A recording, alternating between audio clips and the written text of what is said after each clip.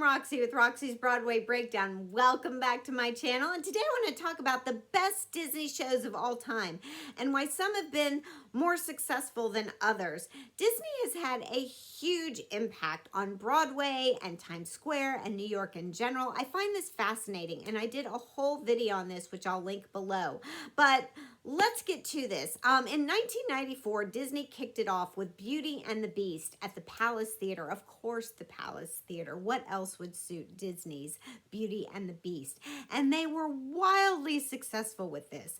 And Disney could see that they were sort of here to stay on Broadway. It wasn't just going to be a one-off. So while Beauty and the Beast was running, they were renovating the New Amsterdam Theater for their next production, which happened to be Lion King. And we all know the success of Lion King. I happen to love Lion King.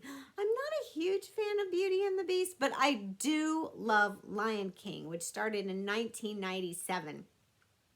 I already have my tickets for the tour that's coming here. But I don't know how many times I've seen Lion King. But when I first saw it on Broadway, I knew I was seeing something really special. The staging and directing by Julie Taymor, it was something I had really never seen before. It was something so new and just so clever and fresh. But it was something very, very special. And it's been the third longest running musical on Broadway. It won a Tony for Best Musical that year. And it has grossed over $1 billion. So Disney knew, okay, we're here to stay. We have two back-to-back, successes. And what's going to be our next? Well, Elton John and Tim Rice had done the music for Lion King, and they thought, well, let's try our hand at another. And they followed up with Aida, and Aida didn't quite have the success they thought it was going to have. It was certainly no Lion King. And then they tried a few others. They tried Hunchback of Notre Dame internationally, but they stayed very true to the Victor Hugo novel. It was dark and gothic. It definitely wasn't, like a Disney happy production. So it never made the transfer to Broadway. They tried Tarzan with music by Phil Collins. They tried Little Mermaid. I think they had trouble transferring that sort of sea-like atmosphere on stage. I think Little Mermaid is very awkward on stage. So none of those just had, quite the, they didn't resonate with the audience like the other two did. But then Mary Poppins comes along. It started in the West End, and then it transferred. They put it in the New Amsterdam Theater. So Lion King moves to the Minskoff, and Mary Poppins comes in. And this was a huge hit with audiences. And I think because they made enough tweaks and changes that people weren't constantly making the comparison of, well, it's just not Julie Andrews. It's just not Dick Van Dyke. It's not it's not what we're used to seeing in the movie.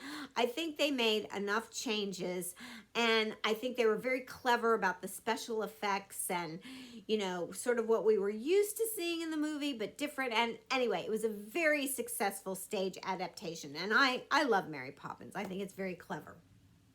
So it had a very successful run, and then came Aladdin. Now, Aladdin moved into the New Amsterdam Theater, and it's still going strong. It has grossed like $500 million, and it is still wildly successful. And I think people like it because of the splashy costumes and the sets, and they love the way the magic carpet flies. And so, Aladdin's just been huge for them. Oh, and how could I forget?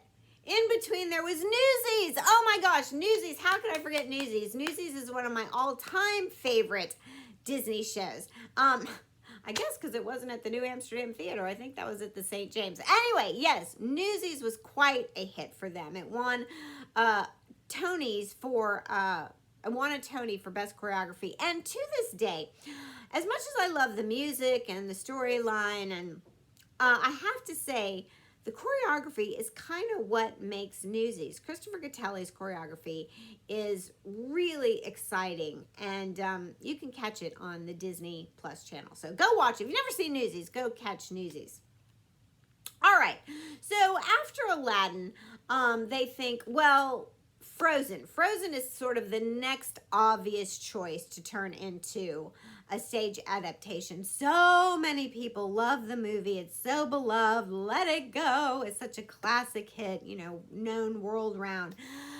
But it opened to mixed reviews. I don't think it transferred. Again, the transferring of the show is really hard.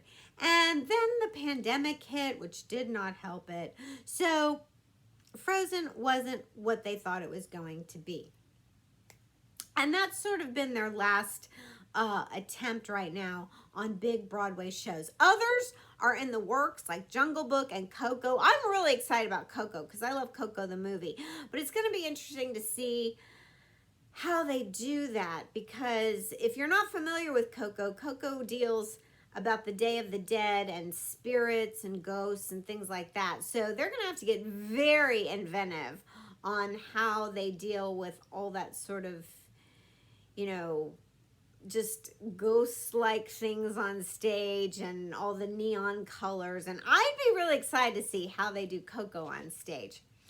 They obviously have other stage adaptations like High School Musical 1 and 2. They have junior shows like Moana and Pinocchio. They've tried others like Winnie the Pooh and Hercules, which have just definitely not been successes for them at all. So, Lin-Manuel Miranda sold Hamilton to them to stream on the Disney Channel, so I guess that's under their umbrella, but that is not a Disney production. That is all Lin-Manuel's creation. Disney had nothing to do with that whatsoever. You can just stream it on the Disney Plus channel. So, in short, Disney looms wide and large on Broadway, in the entertainment industry, on tours, off-Broadway. They are here to stay. And very talented creators, songwriters, composers, artists, entertainers, they clamor to work with Disney, and they're not going anywhere. So whether you like them, you dislike them, you love them, you hate them, they're not going anywhere. Disney's going to be around with us a long time in musical theater. So anyway, there you go. Let me know your thoughts on Disney. Do you love Disney? Do you go to Disney productions? Let me know your thoughts. All right, don't forget to click and subscribe, and I'll see you in my next.